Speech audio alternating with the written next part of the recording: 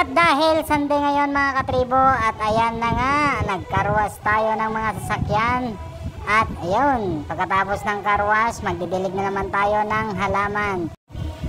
At kahit papaano tayo ay pagpapawisan. Ayan na nga katribo.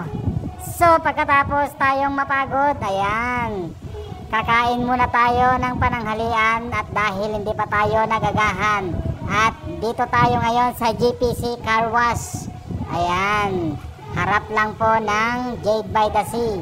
At ayan ang kanilang mga ulam, hinalang at saka balbakwa. Ayan yung specialty nila mga katribo.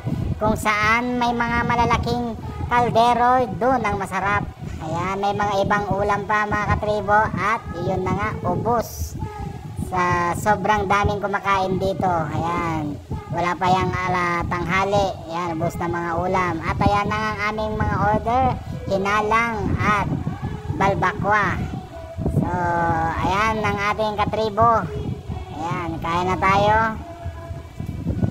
Tingnan mo naman yan. Pero ang balbakwa guys, mga hindi nakakaalam, balat po yan ng baka na pinalambot.